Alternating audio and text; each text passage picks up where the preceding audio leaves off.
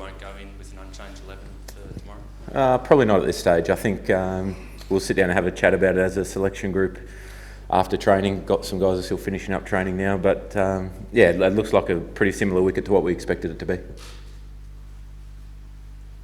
Aaron, you played a lot against the West Indies over the years, but is this the first time there's almost an edge, in one-day cricket that is, an edge to this contest? Like, people are talking about execution beats execution, and there's so much talk about an Australia-West Indies game.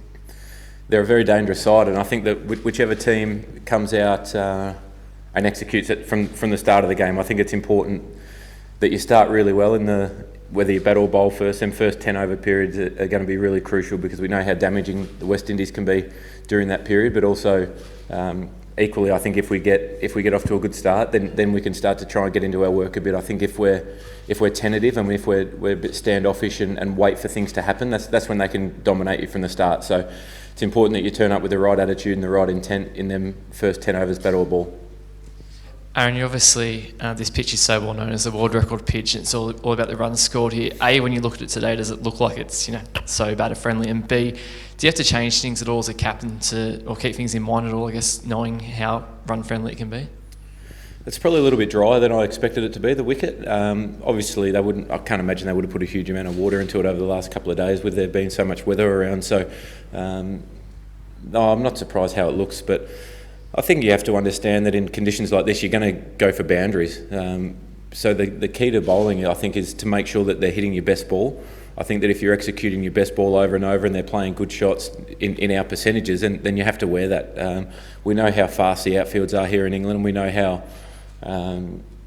how flat wickets can be at times. So you have to be prepared to suck up some pressure and soak up a few boundaries here and there, as long as we're getting hit in our areas. And we often talk about now good execution versus poor execution, and that's all it is. Did they hit a good ball for 4? Yes. So don't worry about that. If it's poor execution or a poor plan on my behalf, then that's something to reassess at the end of the game. Hi Aaron, just wondered how much discussions there have been about what happened last year at Trent Bridge, and what is it? What have you None. Not at all. None whatsoever. I think just before we turned up to the game, to the training yesterday, a few boys talked about their previous experiences here, which obviously haven't been overly pleasant, but we're in the home change rooms, which is a first for everyone, which is nice. Aaron, obviously West Indies did a lot of damage against Pakistan with the short ball. I was just wondering, have you prepared for that? Yeah, we have prepared for it. It's something we played them in a warm-up game down at Southampton on the nursery ground there, and they bowled very similar. Obviously, they had a lot of success with it last game and got off to a really good start. So I expect that they will come with a similar type plan.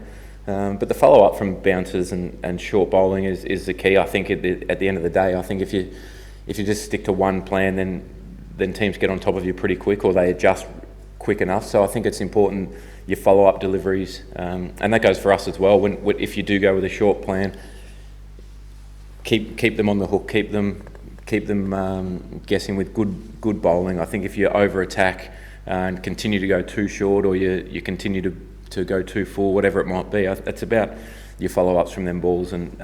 But we're well and truly prepared, no doubt. Aaron, what do you think when you look at that very, very short boundary from the perspective of having to defend it or being out there able to attack it? Yeah, it's going to play a big part, no doubt. I think when teams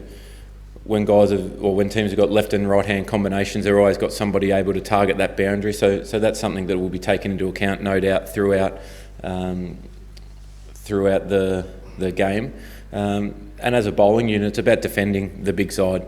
We saw the other game, England-Pakistan, there's a lot of twos out to that long side, so I think it's about using that running game and not neglect that at all, because if you're just one pace focused, you're just boundaries or six focused, you miss out on a lot of scoring opportunities. So I think we can use our speed between the wickets to that long side and try and put some pressure on, and on the other side build some pressure by cutting off them twos and really restricting easy runs out there.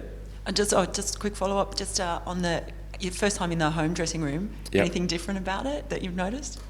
Like all dressing rooms and all county cricket that guys have played, they're a bit bigger. They're a little bit more spacious than the away rooms. I think it's a tactic. Aaron, hi. Pat and Nathan have been quite vocal about Australia's plans to bowl to Chris. He's been scoring runs. What is your take on that? Well, each bowler will have individual plans. I think that when you come up against someone as dangerous as Chris, you have to be prepared, like I said before, that he's going to hit boundaries. So it's about trying to attack his weaknesses early and making sure that we're putting the ball in the areas that we want to be bowling. And I think if you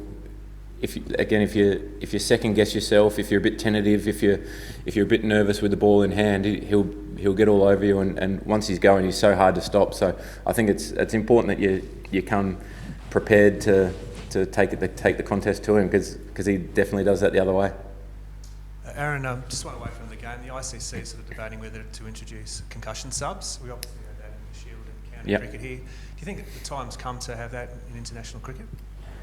I haven't thought too much about it, but I know that it has worked in Australia in domestic cricket. I think it gives the medical officers and the coaching staff, or whoever makes that final, or the doctor, the person who makes that final decision, easier knowing that somebody can come in and replace.